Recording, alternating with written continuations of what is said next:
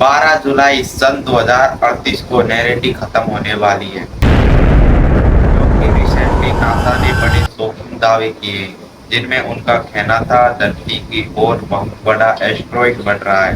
इसके धरती से टकराने के चांस 71% है। इसका इम्पैक्ट इतना बड़ा होगा कि धरती पर मौजूद सारे इंसानों का नामो निशान मिट सकता है। मित्रों, जो अभी आपने वीडियो के शुरू में देखा और सुना वो एकदम राइट बात है।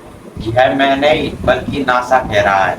आज से 14 साल बाद धरती पर एक एस्ट्रॉइड टकराने वाला है।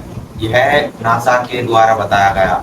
इसको देखकर आपकी बेस्ट विश यही होनी चाहिए कि आप उस समय धरती पर नहीं हो। अगर आप धरती पर हुए तो आपका जीवित रहना मुश्किल है। आखिर क्या होते हैं एस्ट्रॉइड, जानते हैं आगे वीडियो में बने रहना एंड तक। क्या ये धरती पर ही गिरते हैं या गिरते हैं किसी और प्लेनेट्स पर भी?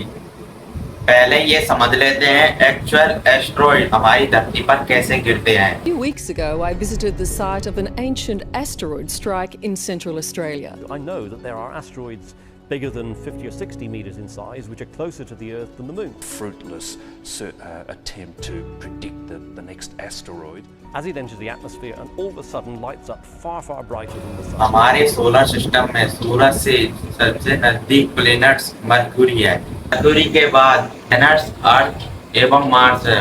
मार्स के बाद जुपिटर है, लेकिन जुपिटर और मार्स के बीच में होते हैं एस्ट्रॉइड बेल्ट्स। प्लैनेट्स के बहुत ही छोटे छोटे टुकड़े होते हैं जिन्हें हम एस्ट्रॉइड के नाम से जानते हैं।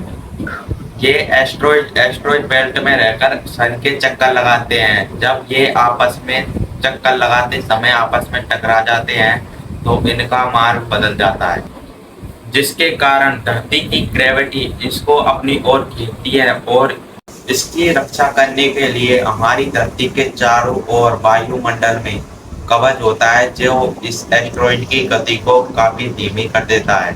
अगर यह कवच नहीं होता तो धरती पर मौजूद सारे मनुष्य मारे जाते।